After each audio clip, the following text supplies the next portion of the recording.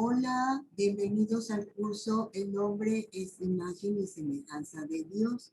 Esta es nuestra 12ª sesión del curso y espero que les parezca interesante. Voy a compartirles la pantalla porque el tema que hoy vamos a ver se lleva por título Novedad en Logos Encarnado. Pues bien, quiero platicarles que esta sesión está fundamentada en los diferentes artículos que tenemos en el Catecismo de la Iglesia Católica. Este catecismo es el Catecismo Universal y la versión fue publicada en latín en 1977. Contiene la exposición de la fe doctrinal y moral de la Iglesia Católica, atestiguadas o iluminadas por la Sagrada Escritura, la tradición apostólica y el magisterio de la Iglesia. Bueno, ustedes a lo largo van a ver una referencia de algunos numeritos que les señalaré por si quieren cotejar ese argumento en el Catecismo de la Iglesia Católica. Empezaremos entonces a reflexionar sobre el concepto de logos, ya que nuestro tema es novedad, el logos encarnado. ¿Qué entendemos por logos? Pues seguramente para todos es un término que conocemos cuando definimos algún concepto que trae incluida esta palabra. Cuando decimos antropología, pues vemos la definición etimológica y decimos antropo significa hombre, logos, estudio o tratado, por lo tanto, la antropología es el estudio del hombre. Y así es entonces como en nuestra mente tenemos muy bien establecido el concepto de logos. Pero el concepto es mucho más amplio y eso es lo que voy a tratar de explicarles. El término logos es un término griego que significa palabra. La palabra como representación de lo que nosotros tenemos como una idea, pero también significa el concepto del pensamiento, la inteligencia, la razón y hasta lo que entendemos por una ley. El término inicialmente designaba la ley universal, la base del mundo, su orden y su armonía. Eso era el logo. Pues debemos recordar que los antiguos filósofos griegos trataron de separar el concepto religioso de la explicación racional y utilizando las facultades intelectuales trataban de encontrar el arjé de la fisis o el origen de todas las cosas, y así es como concibieron el término de logos. Logos, entonces, es pensamiento, razón, ley, palabra, tratado, estudio y todo lo que es efecto de nuestra actividad intelectual. Pues este término en la filosofía griega antigua designa la ley universal, la base, fundamento del universo, que en esto podemos encontrar orden, armonía, perfección en todos estos seres que forman el cosmos. Así entonces, Heráclito, por allá en el 540 a.C., hablaba de logos como la ley y el orden, y todo, según Heráclito, se realizaba según el logos, que este logos tiene la característica de ser eterno, universal y necesario. Es importante recalcar este concepto, puesto que los antiguos griegos, los antiguos filósofos griegos, habían separado el concepto de religión de lo que es la filosofía propiamente dicha. Y entonces, sin pensar en un Dios personalizado, un Dios religioso, como lo concebían en la religión, entonces ellos comprenden que el logos es esa fuerza organizadora del universo que es eterno, que es universal y que es necesario en contraposición a los seres contingentes, cambiantes, que pueden ser o no ser. El logos, en cambio, es un ser necesario, eterno y universal. Así entonces, Platón y Aristóteles entienden a logos como la ley del ser, como un principio lógico. Es el ser absoluto que es la causa necesaria o acto puro que no necesita ser movido por nadie y que es causa de todo el ser. Posteriormente tenemos a los estoicos, que designaban con este término de logos a la ley del mundo físico y espiritual, y ellos funden este concepto con una unidad panteísta, es decir, todo lo que existe, eso es el ser, eso es Dios. Por eso el pensamiento filosófico del panteísmo, este sistema filosófico afirma que todas las cosas que están unificadas en el ser es el mismo Dios, ¿verdad? Por eso entendemos lo que es el panteísmo. Pan significa todo, teos, Dios, ismo hace referencia a un pensamiento, a un sistema lógico que argumenta algo, y entonces el panteísmo viene a ser esta ideología en donde se cree que todo lo que constituye el ser de las cosas, eso es precisamente Dios. Dios es todas las cosas. Tenemos a un representante judío alejandrino que lleva el nombre de Filón, ya en el siglo I, que desarrolló esta misma doctrina de logos, pero como una fuerza divina, una razón, y esta razón o fuerza creadora es una fuerza creadora intermedia entre Dios, el mundo, y el hombre mismo creado por ese logos, porque logos es la idea de una fuerza divina que es creadora, y todo cuanto existe fue creado por el logos. Encontramos así también una interpretación análoga de logos en el neoplatonismo, y en la concepción del mundo de los grupos gnósticos. Estos grupos pertenecen a una doctrina esotérica, herética, que se desarrolló durante los primeros siglos del cristianismo y que prometía a sus seguidores conseguir un conocimiento intuitivo, misterioso y secreto de las cosas divinas, que esto les iba a conducir a la salvación. Y estas doctrinas esotéricas y heréticas pues no interpretaban muy bien el concepto de Dios y lo veían como algo misterioso y secreto, y de esta manera el grupo gnóstico iba a ayudar al ser humano a conocer este concepto tan misterioso de Dios, ¿verdad? Que era parte de toda esta concepción de la energía cósmica que representaba un intelecto, un pensamiento, un orden en todos los seres que nos rodean.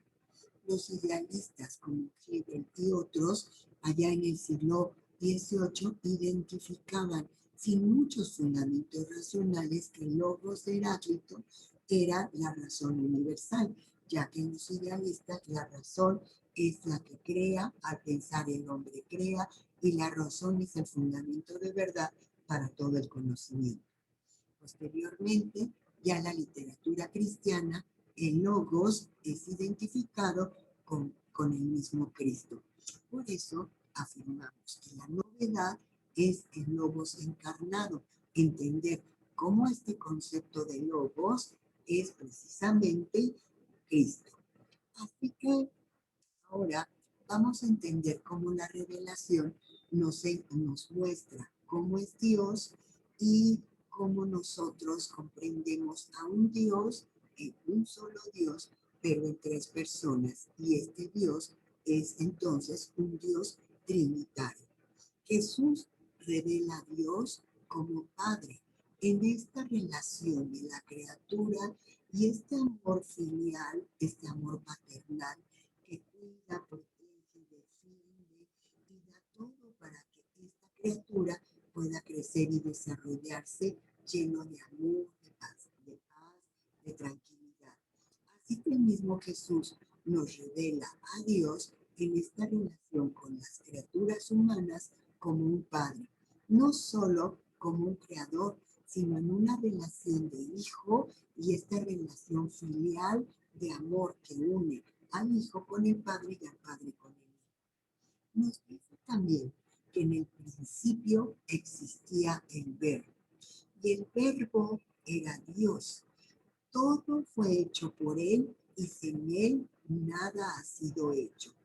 Entonces, vemos que el verbo es una palabra que nos habla de acción, de actividad, de, de, de, de, de organización de un ser que produce, que hace algo. Y entonces, en el mismo catecismo encontramos cómo nos identifica que en el principio de todo el tiempo, el principio de todas las cosas, existía el verbo, la acción, la actividad. Y esa actividad, ese logos, esa palabra en acción, era precisamente el propio Dios. Todo fue hecho, creado por Él. Y sin Él, nada ha sido hecho. Por eso entendemos cómo el logos, que es creador, el logos se identifica con Dios como el Padre o como el creador de todo cuanto existe. Dios ha creado el universo, lo mantiene en existencia precisamente por su verbo, verbo que es Dios, verbo que es acción. Realmente el misterio del hombre, es decir, de dónde venimos, por qué somos como somos, hacia dónde vamos, se esclarece con mayor pensamiento en el misterio del verbo encarnado. Y ahí nos damos cuenta cómo esa palabra, ese entendimiento, ese logos, ayuda a que nosotros comprendamos nuestra propia naturaleza divina, ya que nosotros podemos identificar nuestras facultades espirituales como son la inteligencia y la voluntad, y todo lo que se deriva gracias a estas dos grandes facultades espirituales que tienen a la materia como instrumento, pero no son producidas por la materia, sino que nosotros encontramos este misterio en reflexionar en la profundidad de lo que es el verbo como Dios, este Dios creado, este Dios que es pensamiento, y en esto podemos encontrar también el significado de lo que nosotros somos como criaturas hechas a imagen y semejanza de Dios. Dios, que tiene el poder de crear todo cuanto existe, Dios asimismo se hace carne. Y esa palabra se hace carne, el lobo se encarna y puso su morada entre nosotros y hemos visto su gloria. Su gloria al presentarnos al Padre, decirnos como Él es el mismo Dios, Él es el camino, la verdad y la vida, y nos da el culmen de la revelación para que nuestra inteligencia, que es limitada, podamos comprender el misterio tan grande de ese Dios todopoderoso. Les pongo esta pequeña imagen que representa el círculo que de alguna manera lo identificamos con Dios, puesto que no tiene principio ni tiene fin. Sin embargo, el mismo Cristo nos revela a un Dios trinitario, que es Padre, es Hijo y es un Espíritu Santo, en donde el Padre no es el Hijo no es el Espíritu tampoco es el Padre. Son tres personas que están contenidas en el mismo Dios. Por eso Dios es Padre, Dios es Hijo y Dios es Espíritu Santo. Como Padre vemos la relación filial con las criaturas. Como Hijo es el mismo Dios hecho hombre para mantener el diálogo, para poderse comunicar y dar las verdades divinas al hombre para que el hombre pueda conocer mucho mejor la cara de Dios. Y ese Espíritu Santo, que lo espíritu es lo contrapuesto a la materia, para darnos idea cómo Dios no tiene materia, pero ese Espíritu de Dios permanece en todas sus criaturas y nos da signos y símbolos para que nosotros podamos comprender este poder, esta capacidad de Dios que es espiritual y que está el mundo, la creación, el universo, el cosmos impregnado del Espíritu de Dios. Y así es entonces como nosotros, por medio de la revelación, es decir, lo que el mismo Cristo nos puso para que nosotros conociéramos cómo es Dios, así es entonces como nosotros podemos concebir a un único Dios con tres personas: Dios Padre, Dios Hijo y Dios Espíritu Santo. Jesucristo es concebido entonces como la segunda persona de Dios y es concebido por obra y gracia del Espíritu Santo que nació de Santa María Virgen. ¿Cómo podemos reflexionar sobre esto? Pues el Hijo de Dios se hizo hombre para revelarle a la humanidad esas verdades que Dios quiere que el hombre conozca, para que los hombres podamos conocer mucho mejor lo que es el Dios, su poder y el amor que tiene por sus criaturas. ¿Por qué? Porque nuestra naturaleza enferma necesita ser curada. Y entonces, en esta enfermedad, que es el pecado, que en términos filosóficos viene siendo el mal ético, el mal moral, esta capacidad que los hombres tenemos para elegir mal el bien o para procurar evitar el bien y hacer el mal, o para entender muchas veces que en lugar del bien más excelso podemos decidir por otro tipo de bienes inferiores y dejamos de hacer el bien preferente, entonces eso habla de nuestra precariedad, de nuestra miseria, de nuestra contingencia. Y eso hace que nuestra alma espiritual esté enferma, porque no tiene la perfección, porque tiene sed del bien, de la unidad, de la verdad, de la belleza, y no siempre lo conseguimos. Esa naturaleza enferma que habla de esta precariedad de nuestro espíritu, gracias al mismo Cristo, recobramos la posibilidad de volver a estar en la cercanía de Dios y conocer que gracias a nuestras buenas obras y al hacer vida la palabra de Dios, nosotros podemos llegar a la posesión del bien. El Verbo entonces se encarnó para que pudiéramos conocer el inmenso amor de Dios, porque tanto amó Dios al mundo que dio a su Hijo único para que todo aquel que crea en Él no perezca, sino que tenga vida y vida eterna.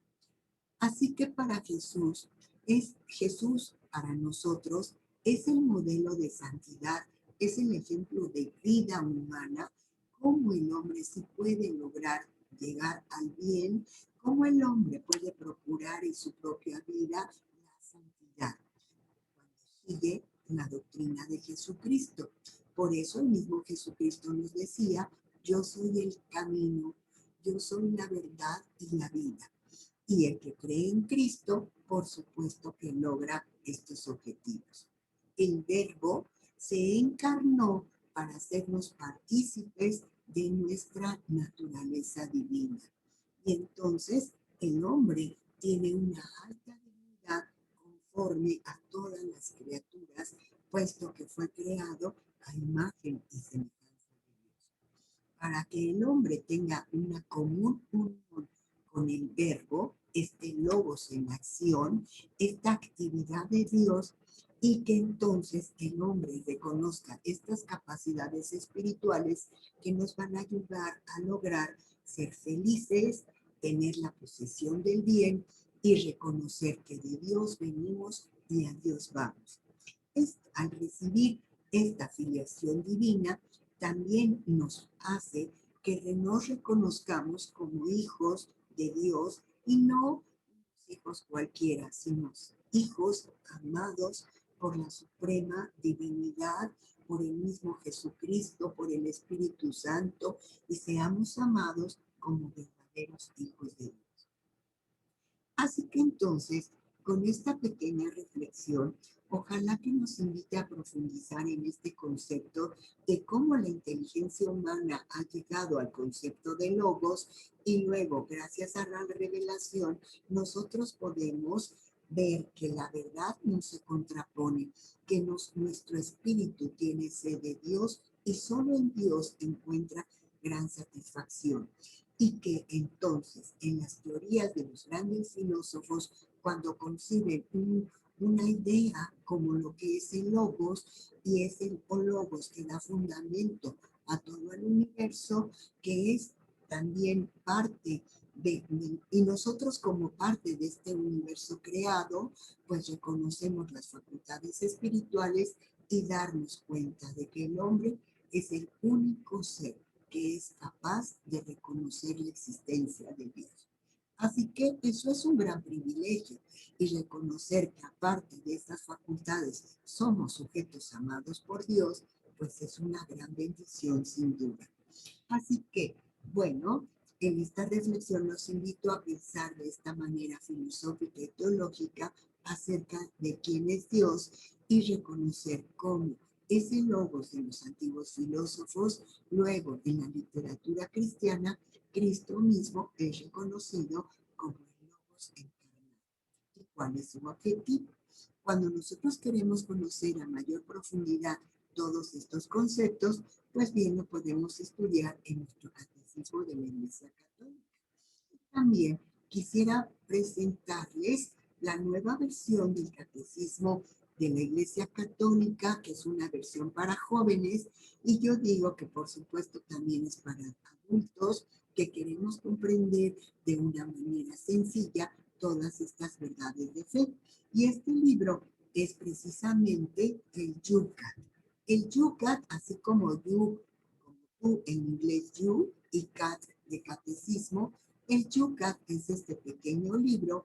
Este es el catecismo de la Iglesia Católica, que es la versión que llaman para jóvenes. Aquí encontramos las cuestiones más importantes de la fe católica que se resumen en forma breve y comprensible en forma de preguntas y de respuestas.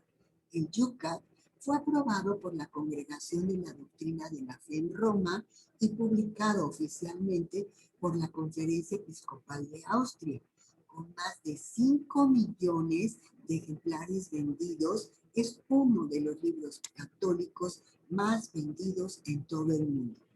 En el prólogo me gusta mucho porque es la invitación para toda la gente de nuestro tiempo para que vea dónde están las bondades de conocer las verdades de nuestra fe. Y yo lo pongo a manera de reflexión también en los adultos, porque los adultos que cronológicamente ya somos adultos, pero en el alma seguimos con un espíritu joven, siempre para renovarnos, para aprender, para no cansarnos de amar a nuestro Señor, conociendo precisamente las verdades que nos ha dado por medio de la revelación. Y entonces, cuando nosotros pensamos que los jóvenes ya no están interesados en la religión, en los principios o fundamentos de nuestra fe, miren qué bonito prólogo nos hace reflexionar en la importancia de conocer, reflexionar, pensar en los argumentos de la fe. Nos dice así: queridos jóvenes amigos, por esto os pido, estudiad el catecismo con pasión y perseverancia. Sacrificad vuestro tiempo para ello. Estudiadlo en el silencio de vuestra habitación. Leedlo de dos en dos. Si sois amigos, formad grupos y redes de estudio. Intercambiad ideas por internet. En cualquier caso, permaneced en diálogo con vuestra fe. Algunas personas me dicen que el catecismo no interesa a la juventud de hoy, pero yo no creo esta afirmación y estoy seguro de que tengo razón. Los jóvenes no son tan superficiales como se les acusa. Quieren saber en qué consiste realmente la vida. Este libro es fascinante porque nos habla de nuestro propio destino y por tanto nos toca de cerca a cada uno. Este material para el catecismo no os adula, no ofrece sencillas soluciones fáciles, exige una nueva vida de nuestra parte. Os presenta el mensaje del Evangelio como la perla preciosa, por la cual hay que darlo todo. Debéis conocer lo que creéis. Debéis conocer vuestra fe con la misma precisión con la que un especialista de informática conoce un sistema operativo de su operador. Debéis conocerla como un músico conoce su pieza.